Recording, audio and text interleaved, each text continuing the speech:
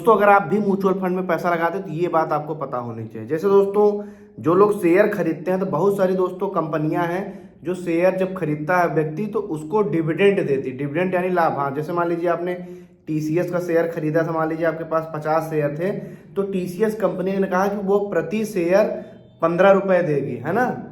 तो प्रति शेयर 15 देगी तो 2 ही शेयर का आपका 30 रुपए होगा। इसी प्रकार दोस्तों शेयर तो जिसके पास हजारों में होते हैं उसके पास काफी डिविडेंड का पैसा मिलता है। और ये डिविडेंड का पैसा अगर आप शेयर खरीदे हैं तो डायरेक्ट आपके खाते में आता है, इसको लाभांश बोलते हैं।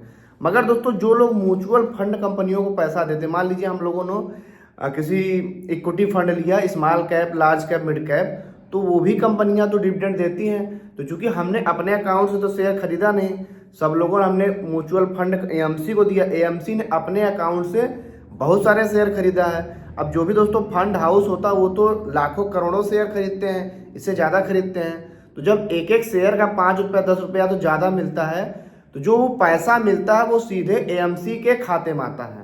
तो दोस्तों उस पैसे का एएमसी करती क्या है, अगर आप खुद शेयर खरीदे होते तो पैसा आपके खाते में आता, लेकिन चूंकि आपने म्यूचुअल फंड कंपनी को पैसा दिया, उस कंपनी ने शेयर खरीदा है, तो म्यूचुअल फंड का जो डिविडेंड हो, म्यूचुअल फंड जो डिविडेंड मिला म्यूचुअल फंड कंपनी को वो तो उनके खाते में गया। तो वो पैसा हमारे किस काम में आएगा। देखिए दोस्तों ऐसा नहीं होता है कि जो म्यूचुअल फंड कंपनियां होती जो डिविडेंड का पैसा मिला वो खुद ही रख लेंगे, ऐसा उसमें नहीं होता।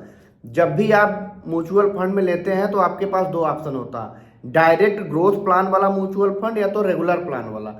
अगर आपने रेगुलर वाला लिया है तो जो जितना भी अमाउंट आपने पैसा लगाया हुआ है ना, आपके हिस्से का जो भी डिविडेंड होगा वो आपके खाते में भेज दिया जाएगा। अगर आपने म्यूचुअल फंड में डिविडेंड और डायरेक्ट वाला प्लान लिया यानी रेगुलर वाला प्लान लिया, अगर आपने डायरेक्ट ग्रोथ प्लान वाला प्लान लिया है तो आपको पैसा मिलेगा नहीं, लेकिन वो पैसा फिर क्या होगा दोस्तों, ऐसा होता है। मान लीजिए कि किसी म्यूचुअल फंड कंपनी के पास में जो यूनिट होते हैं, यूनिट की संख्या कम या ज़्यादा होती रहती है। मान लीजिए कंपनी के पास अभी फिलहाल के रूप में कंपनी के पास मान लीजिए 100 करोड़ रुपया था। कितना था? 100 करोड़ रुपया था, लेकिन उसको 5 करोड़ रुपए का डिविडेंड मिला। अब कंपनी के पास टोटल जो पैसा हो गया 105 करोड़ रुपया हो गया, लेकिन जो कंपनी के पास मान लीजिए यूनिट थी 10,000 यूनिट थी, तो सभी यूनिट का उस टोटल पैसे में भाग दे दिया जाएगा।